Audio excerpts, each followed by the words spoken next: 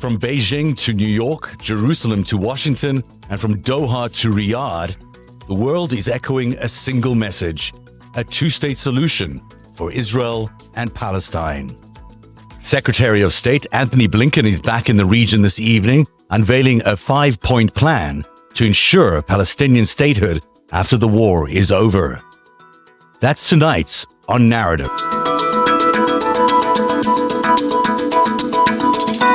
Hello, everybody, and welcome to Narativ. Amid the graphic war reporting and the mounting death toll, a momentous shift towards peace is happening in the Middle East. Israel and Palestine seem to be on the road to a two-state solution, with a lot of encouragement from President Joe Biden's administration. 6 more Israeli hostages have just been freed from Gaza, the latest group in ongoing ceasefire talks. In total, Israel has secured the release of 120 citizens from Hamas captivity. Yet, over 75 Israelis and 4 Thai nationals still remain held in Gaza following the October 7 attacks. As negotiations continue, we're learning distressing details of what hostages endured, injuries, and branding among them. The staged release of hostages comes as U.S. Secretary of State Antony Blinken warns Israel it cannot do in the south of Gaza what it did in the north. Blinken is encouraging both sides to prevent further violence, although he says that Israel cannot resume its ground invasion unless safe zones are established. I'm joined tonight by Rick Petree, an international investment banker and Council of Foreign Relations member. He's got tremendous expertise in the region and will discuss the latest on the hostage releases, ceasefire talks, and prospects for peace between Israel and Palestine. We've now had 8 additional hostages in the process of being handed over to Israel in what was another successful day in the prisoner swap. What's your take on how things have gone since the hostage exchange deal was announced last week until now? I'm relieved, and I share in the joy of all of the families who are now receiving their loved ones back. And I just hope that as many, if not all, of the people who have been taken and who remain in Gaza will get out. And the sort of uber optimistic hope would be that the break in the rhythm of the Israeli campaign in the northern Gaza that has been achieved through this ceasefire and the hostage release can somehow be maintained, and that in that quiet period, some fruitful talks can at least begin as to what the way forward is here in the region. Yeah, of course, we are hearing that 2 of the hostages will not be coming home. They're now believed dead, although we're not quite sure that they died on the way there or how those deaths happened, but they've added to the death toll. And we're also hearing very horrific accounts of the hostage, the way they were treated inside those tunnels. There was one incident where one of the hostages had an injury to her arm, and she was treated by a vet who they had to look after her. She's very pale and weak after all of that. She's deeply traumatized. There's also the branding of some of the hostages. You buy motorcycle exhaust parts that they use to brand the hostages so they would be able to identify them on the way. Personally, in terms of my own intake of those kinds of stories about mistreatment, I'm cautious about coming to a firm view as to what may or may not have happened, simply because I'm well aware, as I'm sure you are and everyone else is, that there's a great potential here for disinformation on both sides. So I think eventually the true state of affairs or the true facts will emerge, and we'll all be able to form our views at that point. But we see kumbaya kind of videos of handshaking and embracing between captors and captives as they climb into their Red Cross vans to be taken out. Those kinds of things also I don't credit or give any great weight to at this point. There may be later some stories told by some of the hostages that they were well treated. Then people will start to talk about Stockholm syndrome and all that kind of thing. We're just still very close to it all, and I think it's too early to form any real view as to what the care and treatment of these captives has been. Indeed, that's a very good point of caution there. And also, it's worth noting that the handover has been going well on both sides. But we look at the images we just looked at are from the Israelis returning to their side, and also there's Palestinian prisoners that are being returned to Gaza and to Ramallah. And they seem to be they're being welcomed as well by their families. We have to remember there's families on both sides. And on each side, there's obvious joy at the return of their family members. And it's something very maybe necessary in the Israeli-Middle East peace process that this sort of happens, that we see this day by day sort of exchange of prisoners. Maybe that's just one of the necessary steps on the way to peace. One side story to the release of Israeli prisoners, that is, prisoners of Israel, held by Israel, is that I saw a very interesting article, I think it was by Dan Seidman, who writes in the Jerusalem Post today, about the scale of the Israeli incursion that has happened over the last 24, 48 hours in Jenin, and the arrest there of a number of Palestinians, which virtually equates to or cancels out the numbers who have been released through the hostage exchange program. The Israeli jails are still full, I'm afraid. Yeah. And the violence continues. There was another attack in Jerusalem today by terrorists there. This is a very volatile situation. But I'm going to add a little bit of optimism to this conversation, because I thought Blinken arrived this evening to Tel Aviv and was quite forceful, it appears, with the prime minister telling Bibi Netanyahu that they can't go into the southern part of Gaza, where a lot of the people who evacuated from the northern part, there's 2 million people in the southern part. And he basically has told Bibi Netanyahu that they cannot be as thorough, as, I don't know if that's the right word, as murderous as they have been in the north. I think they've had 15,000 casualties so far, which is just, that can't be repeated in the south, obviously. It can't continue. The entire world is condemning that kind of activity. And it's also just terrifying Jews around the world, because it's building up for all these anti-Semitic attacks that are happening and all this anti-Semitic sentiment that is happening. Blinken's probably going at this from both perspectives there. It's a question to me whether Bibi Netanyahu will listen to him. Do you think he will? No, it's a very big question. First of all, my personal view is that Bibi will not survive in power once the fighting is finished. I don't know exactly by what means he will be toppled, but I don't think that over the next months and years that I think we're now facing in terms of the diplomatic and political processes that are required to put in place finally a just and lasting peace. I don't think that Bibi is going to be the chief interlocutor for all of the international parties who are concerned, including not least the U.S. But to your question directly, I don't think that Bibi will be very sympathetic to the message being sent by Blinken. And I think that his attitude in that regard is stiffened by the politics of his current situation, in which he's not a captive of, then certainly heavily dependent on a variety of very right-wing and settler-orientated political parties in Israel. The Smotrich serving as finance minister at the moment, Ben-Gvir in some national security or defense position, which is a little vaguely defined. These kinds of people have devoted lifetimes to not merely quelling or neutering Palestinian political power, both in Gaza and in the West Bank, but have very actively been pursuing what I personally regard as, and I think it's now widely recognized as, a process of purging what the international community calls the occupied territories and evicting as many Palestinians as possible and creating facts on the ground in the form of Israeli settlements, which will make the creation of a separate Palestinian state impossible and infeasible. I think that's absolutely right. There's no ways that government can continue with their extremist policies, which, as you point out, are basically ethnic cleansing. And I think we've seen an upsurge of that activity. Blinken is, at the same time as he cautions about Israeli conduct in the south of Gaza, I think he's also had things to say about the way in which the Israeli state is operating in the West Bank. It's not unreasonable to suppose that it might be in the interests of the Smotriches and the Ben-Gvirs to push the Palestinians in the West Bank into such a tight corner and to wield the hammer so heavily that there'll be some pushback, there'll be some reaction, it'll be a kind of provocation. And that might then open the doors to even further Israeli action in the West Bank.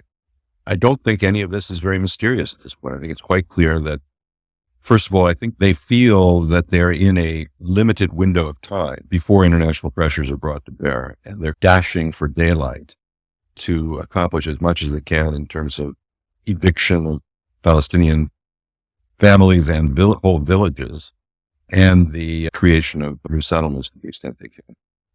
The key point there was that Bibi cannot continue. It looks like the polling numbers that he's performing under right now don't indicate much broad support anymore, and none of the partners want to dance with him anymore, and he certainly can't continue with that coalition government. It's interesting to hear you say that. You don't see Bibi continuing.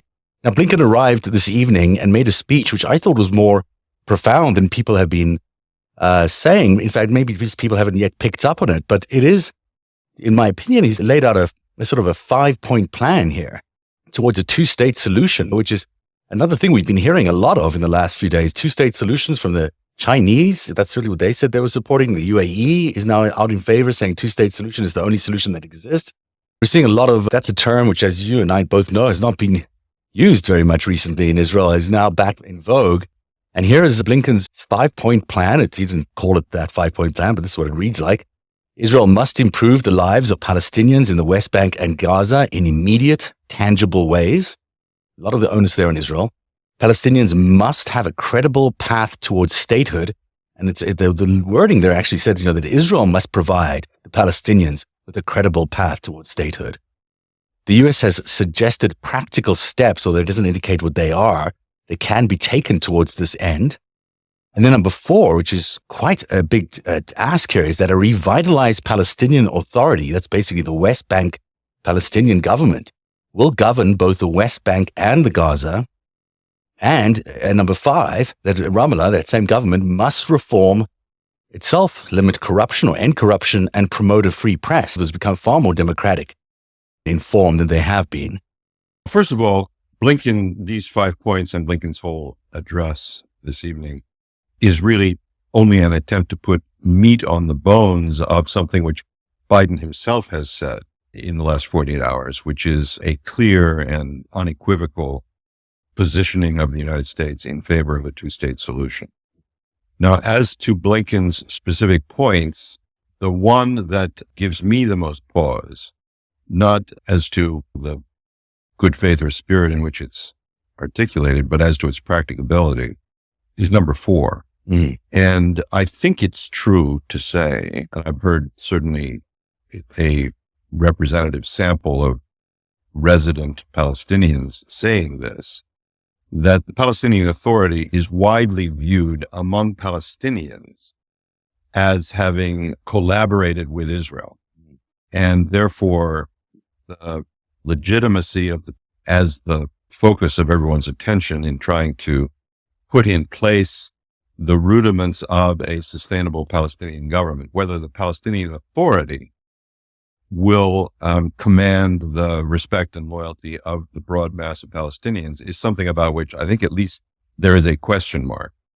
The big quandary that we all face as we set out on the road to a two-state solution is how and around whom will Palestinians find a government and leaders who aren't tainted by the past, who aren't enormously corrupt in a variety of ways, and who have genuinely the public welfare at heart in terms of what they want to do with the power they're given.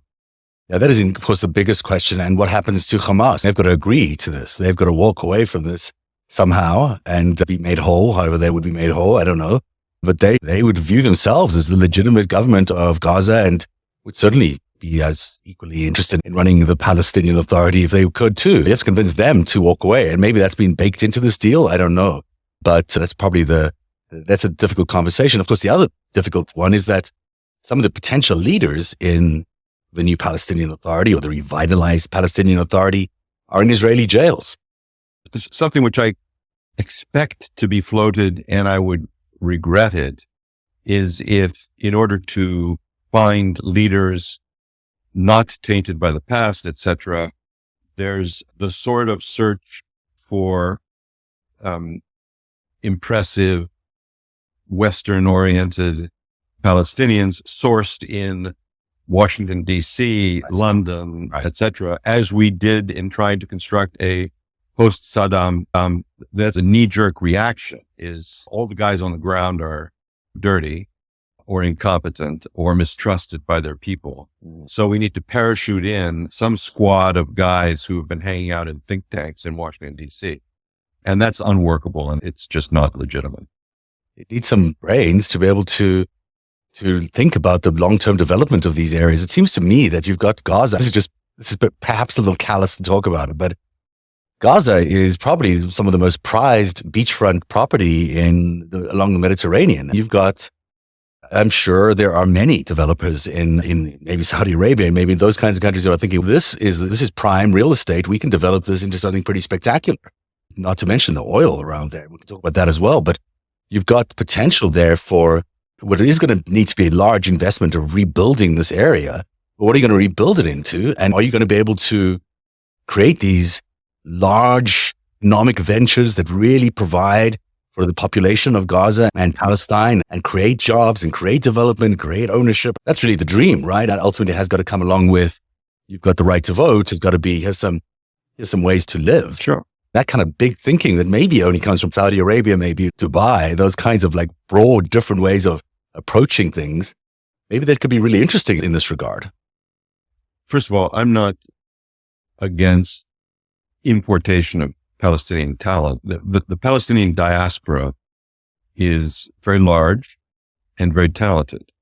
If you move in financial and banking and accounting and legal circles throughout the Middle East, you are almost inevitably dealing at senior levels now with very talented Palestinians. Yeah. So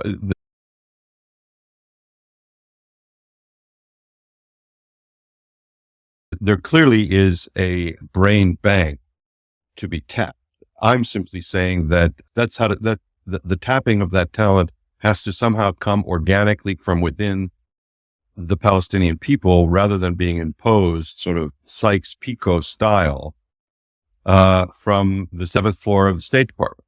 Absolutely. Yeah, that's very astute. That would be colonialism all over again. That's exactly what you want to avoid. So, and we unfortunately, we have a recent history of having done that. Let's talk a little bit about the oil, because that is an opportunity for everybody. And as I look at I think it was the energy secretary who was parachuted into Gaza last week of all times to talk about the energy deals and talk about Gaza's incredible oil supply. But there's also this other pipeline that's being developed from Eilat to Ashkelon. I'm sure more about this than I do, but it seems to me like that pipeline, which is meant to distribute oil from Saudi Arabia and the UAE all the way through to Europe, basically, and even Russia and Turkey, that pipeline is going to need to run through potentially Gaza, potentially. First of all, the particular pipeline you're talking about, which is jointly owned by the company itself, is called EAPC. The E is for Eilat and the A is for Ashkelon. These are the two terminus points. Ashkelon on the Mediterranean, Eilat in the Red Sea, and the PC is pipeline company. So E is now controlled by the Israeli government. The pipeline exists, and it was built jointly between the Israeli government and the Iranian government in the 1960s. And it was a means of Iran exporting its oil to Europe through Ashkelon. And even after the Shah fell, Israel surreptitiously and with a great deal of secrecy continued to allow Iranian oil to flow. And it was, among other things, one of the means used by, what was the guy's name? The founder of Glencore, Richie. He was eventually indicted for sanction busting against the Iranian regime. And he was doing the sanction busting in part through that pipeline. Now, with the levying of sanctions on Russia after the invasion of Ukraine, this has all come into a new focus because quite a number of ships which have exited the Bosphorus and transited the Eastern Mediterranean with cargoes of oil destined for Asia, particularly India, have discharged their cargoes at Ashkelon, and it has come out through the other end of the pipeline at Eilat. Oh, really? And it's interesting because it's a fairly hot issue. It's a live wire in Israel, not for political reasons, but for environmental reasons. Oh, interesting. There are environmentalist groups camped out in tents with long-range cameras, etc., trained constantly on the port at Eilat, and they are identifying through global data sites, etc., the ships which have all turned off their transponders and they're sailing under no flag. But these Israeli environmental groups are tracking their cargoes because there is a Israeli government limit on the volumes of oil that are allowed annually to pass through that pipe. And it is the belief of the environmental groups, and they're in the process of trying to demonstrate and document it, that the traffic that is going through that EAPC is handling far exceed that government limit. Now, another aspect of this is that there was an agreement signed in 2020, I think, between the UAE and Israel, which envisioned the use of that pipeline by the UAE to begin exporting some of its gas rather than oil in the UAE case. At last I read about it, that's what I thought they were going to do. And because of everything that's now happened in Gaza, that's all been shoved to the side, and that was obviously part of the Abraham Accords. It was one of the things that the UAE was going to get out of the Abraham Accord deal, was the ability to use that infrastructure. I think a more interesting issue around the question you pose is what role do energy resources play in this big drama in the region? People know that 10 or more years ago, a very large series of gas fields were discovered offshore Israel, which collectively go by the name Leviathan. And at more or less the same time, gas was discovered offshore Gaza. And there are agreements in place between Israel and the Palestinian Authority, not Hamas, with respect to the maritime boundaries or the jurisdiction of the Gazan waters, which encompass a very large proportion of the gas which Israel is desperate to tap. Israel was traditionally an energy importer. It has, by dint of these gas discoveries, turned itself around and is now a net exporter of gas, particularly to Egypt and Jordan. And these further fields, these finds, which the Israeli government has now given licenses for to 6 Western companies, including Bibi and Eni, the Italian state-owned national oil company. Those companies have drilled initial wells. It looks like there's over 1 trillion TCF of billion cubic feet of gas reserves, which have now been proven. And if they can be commercialized and brought to market, that would be a huge event in the Israeli economy. And some people say, I am personally not persuaded of this, but some people say that the Israeli thrust on Gaza, being as violent as it has been, is indeed about the eradication of a local population so as to allow Israel to take hold of these gas deposits, which are, in law and popular understanding, at least partially owned by the Palestinian Authority, and also Hamas is making claims to some of that. So it's a big mess. There's, as usual, one follows the money in these stories. But there is a significant issue around gas and, to some extent, oil. By the way, there's also significant gas in the West Bank. Oh, interesting. That kind of infusion into the economy, both Israel and Gaza and the West Bank, that sounds like a boon for everybody. This is probably enough to go around for a lot of people there and the lives of I've seen estimates of what it might mean in terms of the budget of Hamas or the governing authority in Gaza, that it might mean as a year. Wow. If the projects were fully developed and commercialized. Wow. And that's not including the pipeline. There's still a pipeline on top of that, right? Presumably it's additional money. No. There's potential here, and it's hard to strike a hopeful note here because there's still so much potential death coming here and so much more war coming. But they do through all these things, there really is an opportunity here, which seems like a once in a millennium kind of opportunity. You've got the economic backing of all these potential energy discoveries and the tapping of all these oil fields and gas fields and moving them around to various parts of the world, which can really support a growing and well-developed West Bank and Gaza and Israel. You could actually get to a point here where there is a path to peace and lots of prosperity for everybody.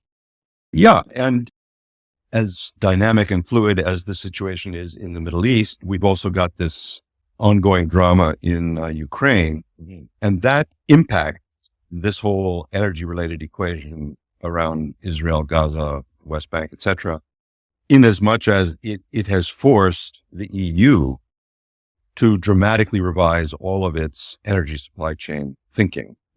And it's, as much as anything, the thirst of Europe for these incremental additional sources of gas supply that come out of Leviathan and offshore Gaza as anything else. It's not so much a function of conflict that's going on now in the Middle East as it is people in Berlin and Paris, elsewhere, sitting around thinking, how are we going to keep our people warm this winter?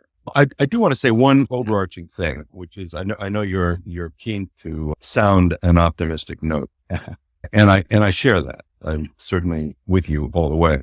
But for me, what is most optimistic, or if there is optimism, it relates to this.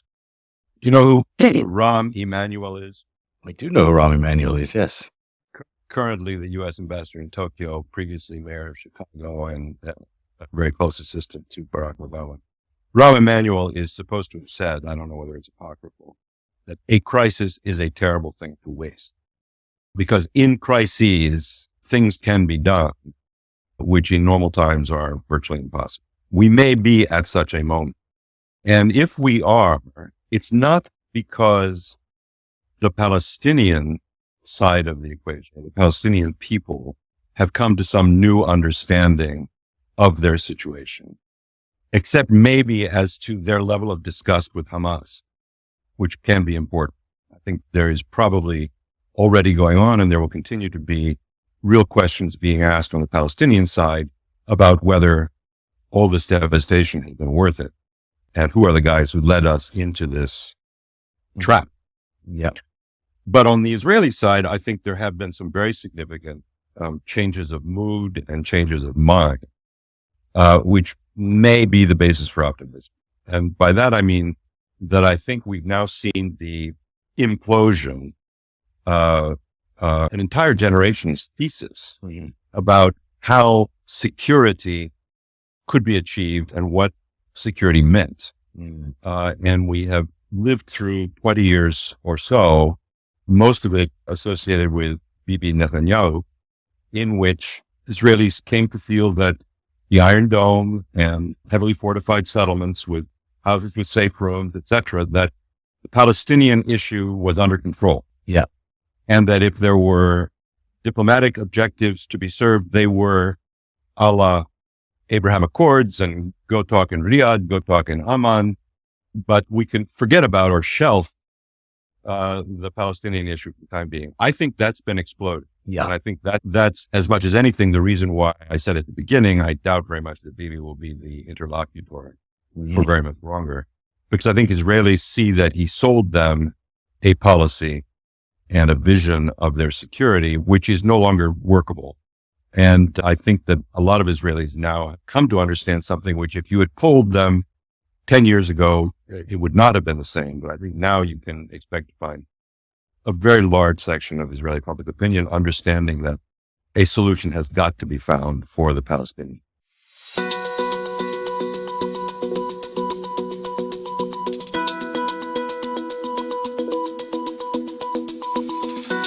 I hope you enjoyed my conversation with Rick Petree as much as I did. And there is, in fact, a lot more to that conversation. And we're reserving that stuff for our premium subscribers who can subscribe at Patreon, Substack, and YouTube. So if you're a paying member at Patreon, Substack, or YouTube, you get access to that content, and we should have it up in the next couple of days. If you're not a member, you should be. It's the only way we get to provide this kind of content to you, which is really fact-based, thoughtful, deep, nuanced content that really matters.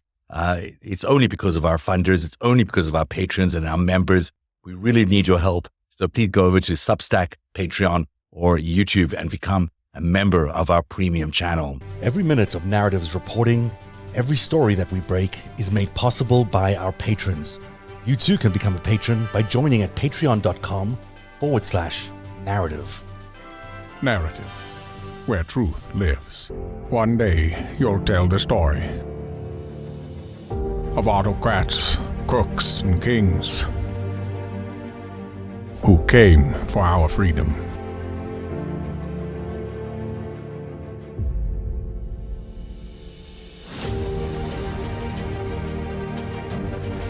A story of citizens who stood up to tyranny and won.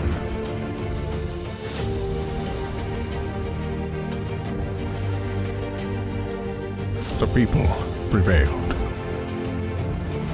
and renewed an old vow to a more perfect union. And that was just the beginning.